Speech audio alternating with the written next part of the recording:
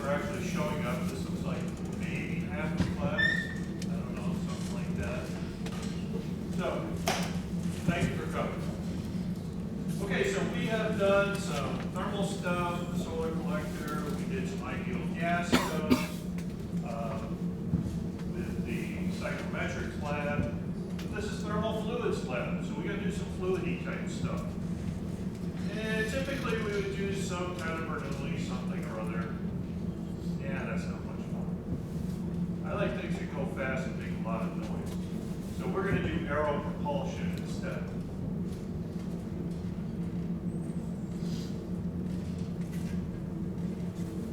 So let's say I want to move something through the air. I got my little P47 Thunderbolt here. If I want to make that thing go through the air, I've got to throw stuff backward to go forward. Simple conservation momentum. You know, that's good old physics 1 stuff. So if I want to go 300 miles an hour, maybe that prop wash has to be 450 miles an hour. Something like that. And that results in a net backward flow of 150 miles an hour. So when I'm standing here watching my P47 go by, if I can see that air, I would actually see a jet of air moving backward from my observer position relative to the airplane going that way. Okay, that is lost power. Nothing you can do about it, you just gotta throw it away.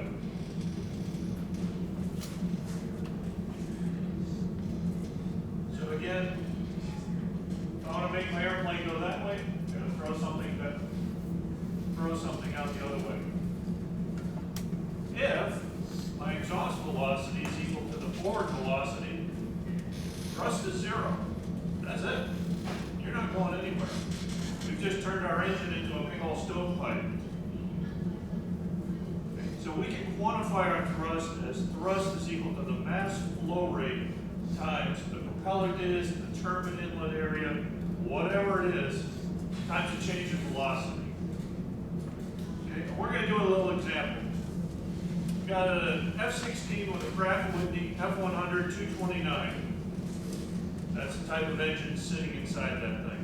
It's only got one of them.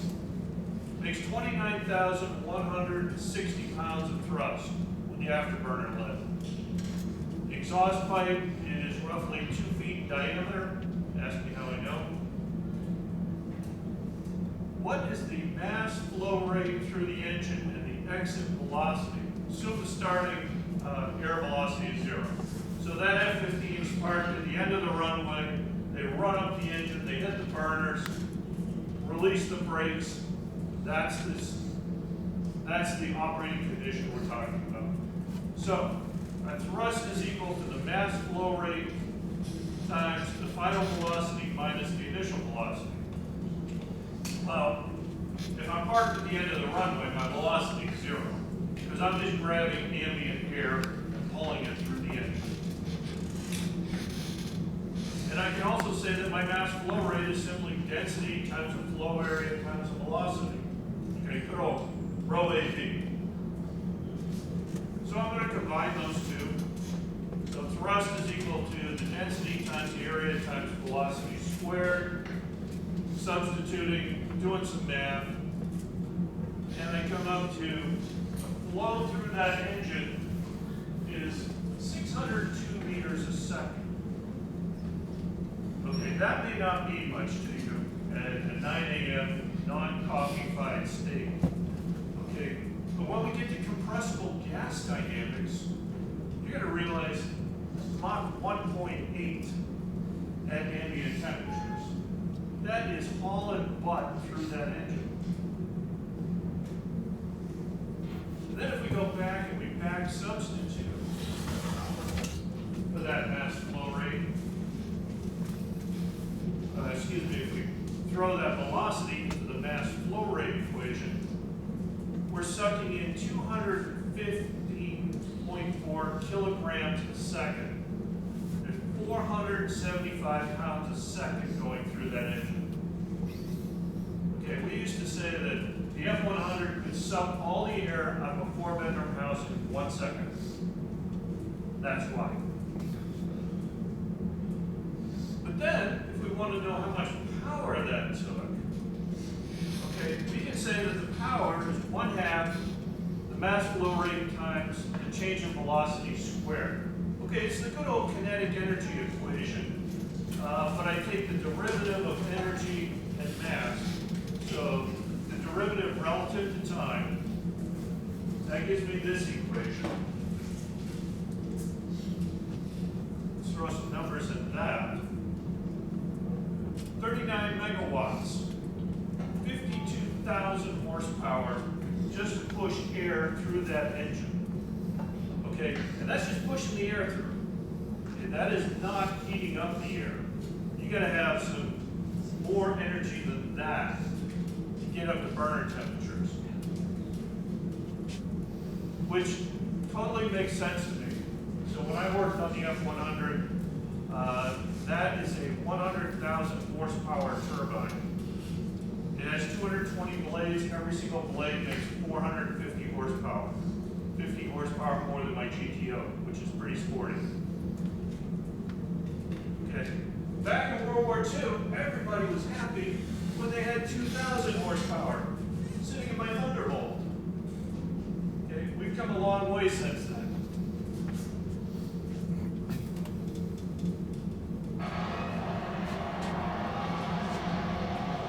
And this is what it looks like.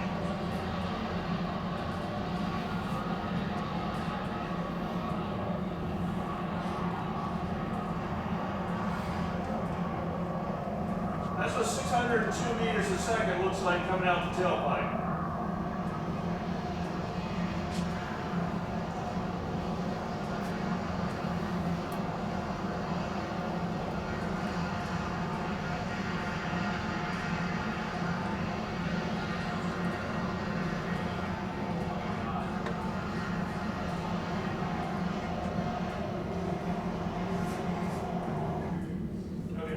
I find that quite unimpressive.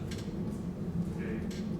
So the F-16 with a 229 engine, yeah, it's pretty fast, it's pretty sporty. The F-50 with 2 of those sitting under the hood, okay, that thing is just a monster. A couple of Air Force pilots told me that thing is just plain dangerous. Okay. So with that one, this guy had a pretty long takeoff roll because he doesn't have a whole lot of power. I mean, 29,000 pounds, it's not that much. You got 58,000 pounds of the same size aircraft. Generally what they'll do is they'll get about 6 feet off the runway, and I've seen the guys turn it right on its tail and go vertical, still over the runway. I had a chance to see that in person at the Daytona Air Show. You don't get how much power that is until your rib cage is vibrating like this, and you're 300 feet away from the foolish thing. All right. But then, let's take it a step further.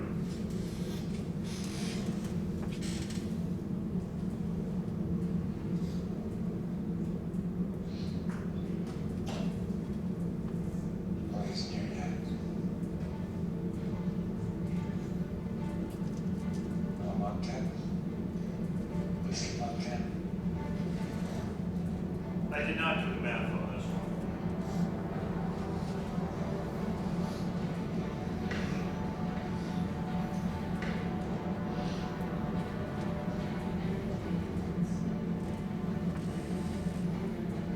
It's not the same without sound. Not 10.1, not 10.2 Mach 10. Yeah, let's change the program. Love it. I don't like that look, man. It's the only one I got.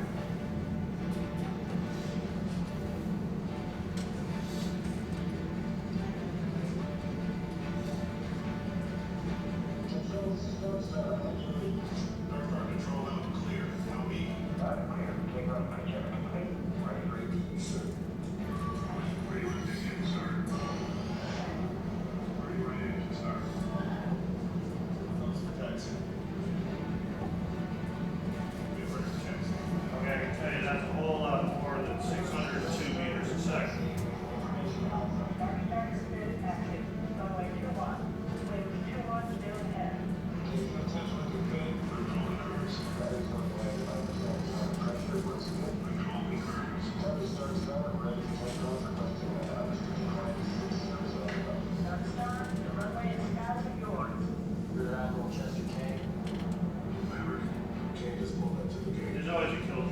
There's no way to stop it.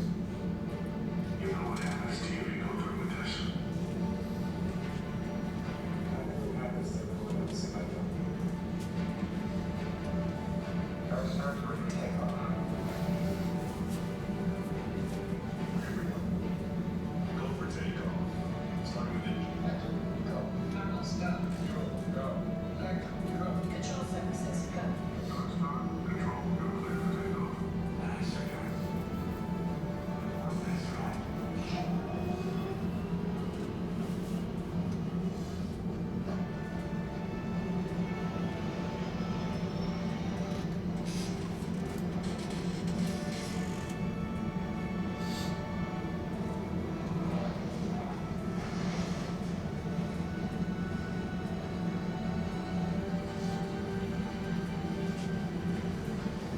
Looks like we're clear to blue 600. Increase to Mach 3.5. Blue 600. Increase to Mach 3.5.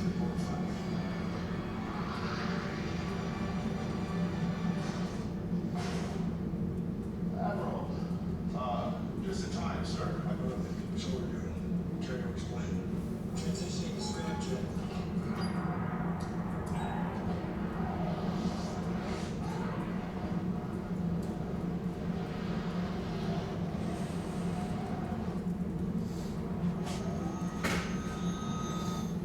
Man, Admiral Kane is asking for referees that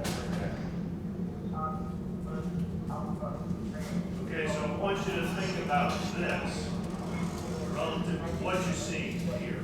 So we're gonna trouble with comms, sir. This is curvature. It's called a bulge. Do they know what we're calling it? There actually is a point to this, other than being cool. 7, pushing 8. Flight data. See it? Data's good.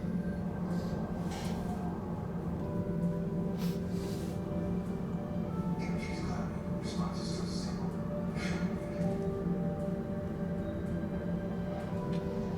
8.8. 8.9. 1.9. He's the fastest man alive.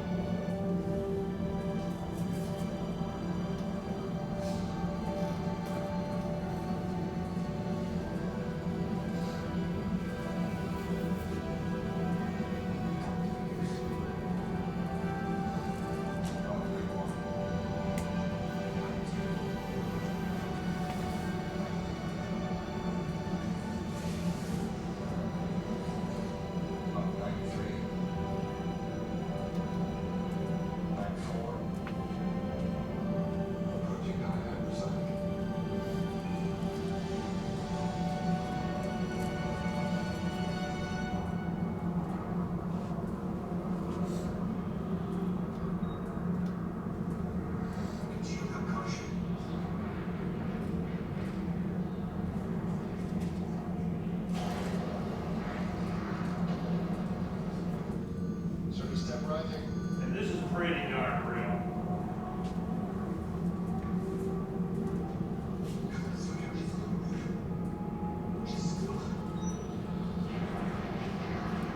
Yeah, you can quite on at those temperatures or at those speeds.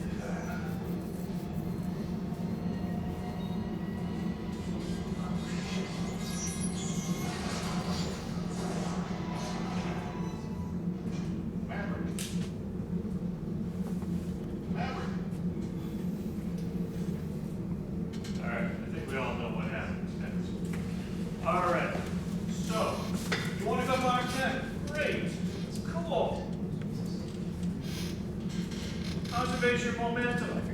I gotta start throwing exhaust out the back of that thinking about Mach 20. Okay? So, yeah, maybe. But I gotta call bullshit on that. Okay? We've gone Mach 6 for a few seconds with the X-15, and the airplane pretty much melted. Okay? I don't know what they're gonna make that out of. I can tell you as a former engine designer, I really don't know what they're making those engines out of. Okay? But if it takes 52,000 horsepower to go Mach 1.6 and an F-16, okay? Don't ask me how many horsepower that thing's got. Okay? That's like aircraft carrier levels of power. Okay?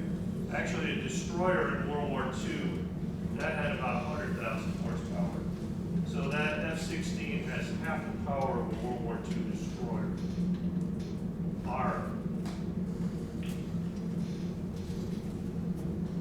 But all of this has to go somewhere. So let's talk about our next lab that we're going to do next week. Now that we know all about conservation of momentum and kinetic energy of flows and all of that good stuff, here's what we're going to do.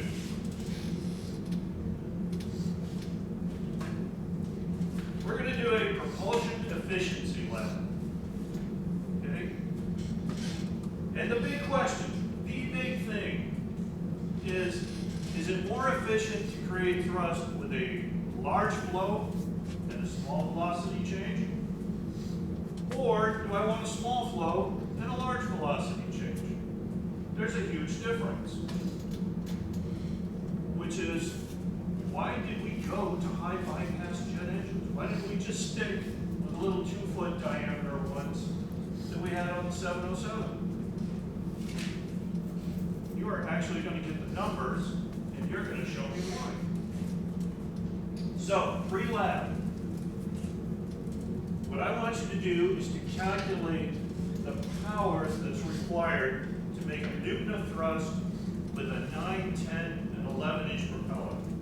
So you got some propeller disc, consider that a uniform flow area, calculate the power it's going to take.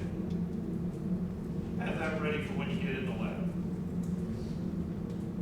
Okay, lab day, you're going to come in, you're going to upload your code, so your code should be able to read the RPM of the spinning propeller by breaking a laser beam going into an optical sensor, same as I did here. And you got to read the 2 load cells. The load cells are going to be putting out a voltage from 0 to 5 volts. So you will not need data streamer for this one. You can use it if you want to. I don't really care. But the result at the end of all this is going to be 3 tables. If you want to just bring a pencil and paper, write it down with paper and pencil, or type it into Excel, whatever you want to do. Okay, first thing you got to do, you're going to have to calibrate the load cell. So your output on the Arduino is 0 to 1023 bits. And you're going to apply different forces on the load cell, and you're going to create some kind of a curve. It's going to look like this. Now, one thing that kind of was a little weird. Okay, so here's how you're going to do it. I got a lab stand. We're going to put a string going to the propeller spinner, hang a weight off the string, take the readings, fit the curve. Okay, so this will be the thrust axis. This will have this load cell impending right here. And get a couple of points. You want 3, 4, 5 points, something like that. Something to show you that it is in fact nice and linear.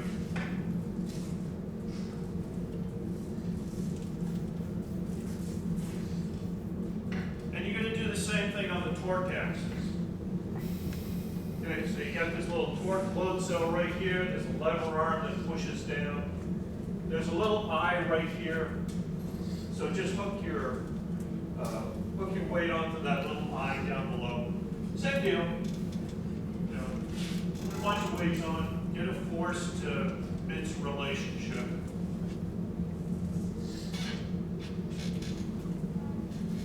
So then take everything off, make sure there's nothing that's going to start flying across the room. Put the 9-inch prop on, and then turn the power on. I want you to run it at approximately 1,500, 2,250, and 3,000 RPM. If you're off by a little bit, it doesn't really matter, but just something close to that ballpark.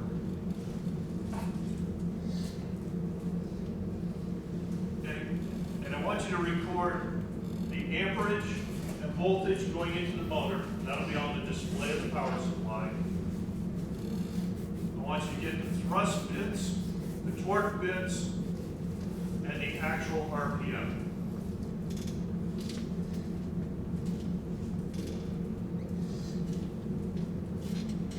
So your lab questions are going to be, what is the electrical power going to the motor at the 3 speeds? What's the shaft power coming out? Okay, so you've got the speed and you've got the torque. Okay, so you can get the shaft power. What's a motor efficiency at the 3 speeds? Then what is the thrust specific power consumption at 1,500, 22, and 3,000 RPM in watts per newton? So power divided by thrust. And lastly, what's the propulsive efficiency at the 3 speeds? So what is the theoretical power consumed divided by the actual power consumed? So take the pre-lab question divided by what you actually got. Okay, and that's going to be your lab. So what I want you to do in the write-up, guys, take the 9-inch, go through, answer the questions. You know, question 1, you write me a nice paragraph, topic sentence, write out the equations, define the terms, get the number, great. Next question, new paragraph, topic sentence, da-da-da-da. All that stuff in the calculations, great. At the very end, you don't want to do that for the 10 and the 11-inch. So just make me a table.